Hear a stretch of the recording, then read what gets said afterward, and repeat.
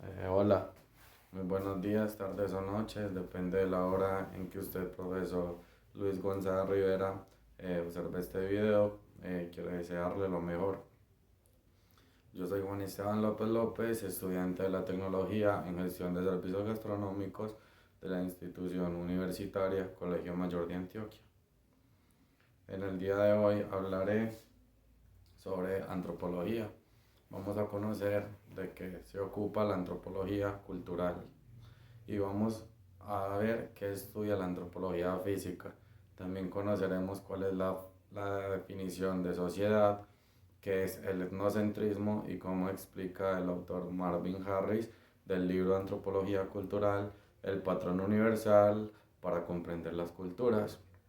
Todo esto por medio de unas diapositivas y esta exposición grabada. Primera parte.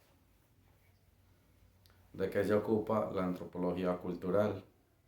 La antropología cultural se ocupa de la descripción y análisis de las culturas, las tradiciones socialmente aprendidas del pasado y del presente. Tiene una subdisciplina, la etnografía, que se consagra a la descripción sistemática de culturas contemporáneas. La comparación de culturas proporciona la base para hipótesis y teorías sobre las cuales vamos a notar los estilos de vida humanos, aunque este libro se centra fundamentalmente en los hallazgos de los antropólogos culturales. Los seres humanos somos el resultado de la evolución de la vida en la Tierra, obviamente, nuestra capacidad para generar conocimientos, establecer juicios de valores, preocuparnos por el entorno, han hecho de nuestra especie algo único en la evolución de la Tierra. El ser humano se compone de diferentes dimensiones que son producto de su evolución biológica, histórica y cultural. La dimensión biológica corresponde a los aspectos básicos de la vida, qué comportamientos tenemos y compartimos con todas las especies, también llamadas funciones biológicas o vitales. Por ejemplo, comer, reproducirse, dormir, respirar, entre otras funciones vitales. Eh, la dimensión psicológica se refiere a los procesos mentales que pasan los seres humanos, tanto en lo individual como en lo social. La dimensión social o cultural se refiere a las construcciones simbológicas y simbólicas que el ser humano ha creado a lo largo de la historia. Por ejemplo, el lenguaje, las tradiciones, el conocimiento, la ciencia, la cultura, el arte, entre otras. La antropología es un estudio del hombre a partir de la dimensión social, relacionando las otras dimensiones para así poder lograr una interpretación integral del ser humano. La antropología es una ciencia que se basa en el estudio de campo y la observación guiada para explicar las dimensiones sociales y culturales del ser humano. Se vale de la entrevista, la encuesta, la observación de campo, la recolección de datos, entre otras, para ofrecer explicaciones en su espacio social, histórico y cultural. En la antropología cultural podemos observar cómo se ocupa también de estudiar la civilización en una historia de constante progreso. Esta afirma que la sociedad ha evolucionado desde la barbarie hasta un nivel avanzado de cultura.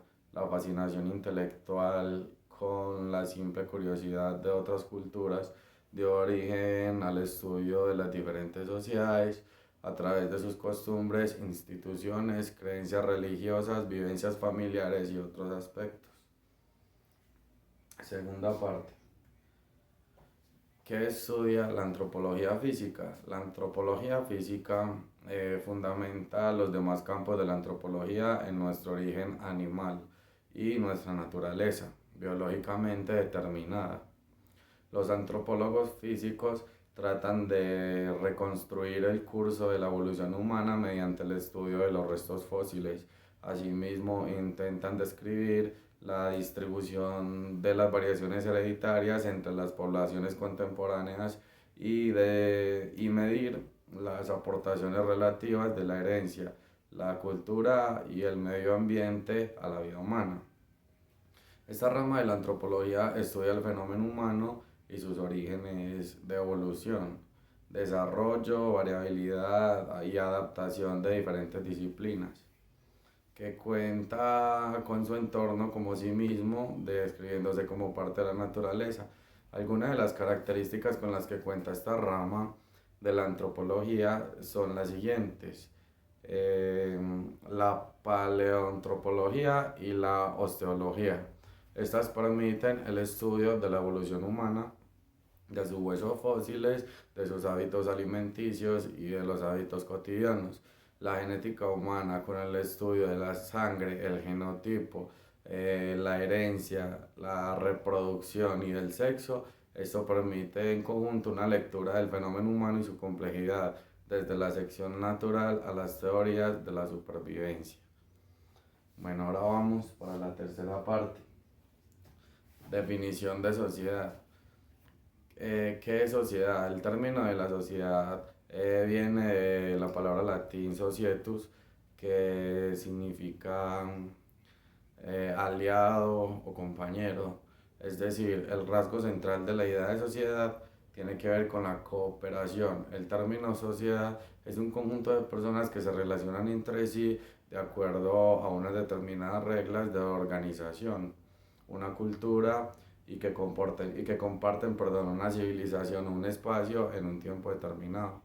Hoy en día habitamos en un mundo que conocemos más o menos bien y que observamos con familiaridad, pero debemos ser conscientes de que el mundo no siempre ha sido como lo vemos. Eh, Ahora, incluso el día de hoy, dependiendo de dónde nos encontremos, podemos encontrar diferentes modelos de sociedad.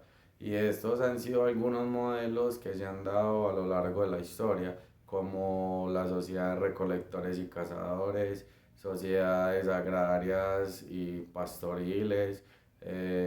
Con el tiempo pasan a desarrollar sociedades mucho más amplias, como es la construcción de grandes ciudades, para dar paso a las sociedades industriales y llegar a la época actual. Por tanto, una sociedad actual llena de variables y de diferentes pensamientos e ideologías.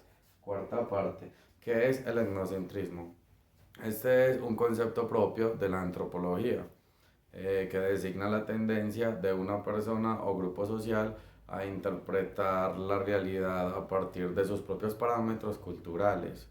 Esta práctica consiste, por tanto, en la creencia de que la etnia propia, prácticas culturales y el sistema de valores y creencias son moralmente superiores a los comportamientos de otros grupos. Proviene del griego etnos, que significa nación o pueblo, y kentron, que significa centro. El etnocentrismo es una tendencia común en cualquier grupo humano. Resulta normal que los elementos de la cultura propia sean calificados o comentados en términos positivos, describiendo de forma negativa las creencias y costumbres ajenas.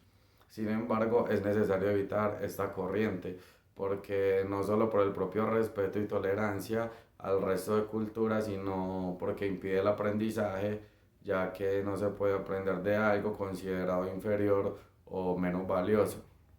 Cabe destacar que el respeto por la propia identidad no implica tener una visión etnocéntrica del mundo. Por el contrario, valorar las diferencias culturales es una forma de realzar nuestra propia historia. Bueno, quinto y último tema, la explicación del autor Marvin Harris del libro Antropología Cultural, sobre lo que es el patrón universal para comprender las culturas. Entonces, en este momento les voy a leer textualmente para que quede más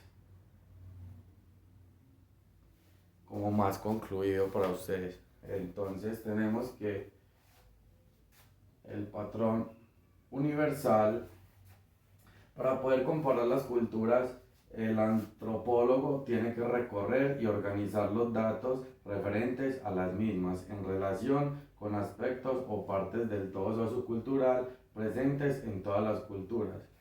La cultura de estas partes recurrentes se denomina patrón universal. La mayoría de los antropólogos coincidirá en que todas las sociedades humanas han de tener dispositivos culturales de índole conductual, y mental para satisfacer las necesidades de la subsistencia, la reproducción, la organización del intercambio de bienes y trabajo, la vida en el seno de grupos domésticos y grandes comunidades, así como los aspectos creativos, expresivos, lúdicos, estéticos, morales e intelectuales de la vida humana.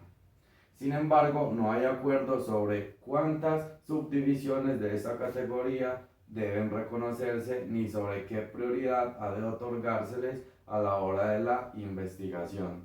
En este libro se utilizará un patrón universal integrado por tres divisiones principales, que estas son: tenemos la infraestructura, la estructura y la superestructura.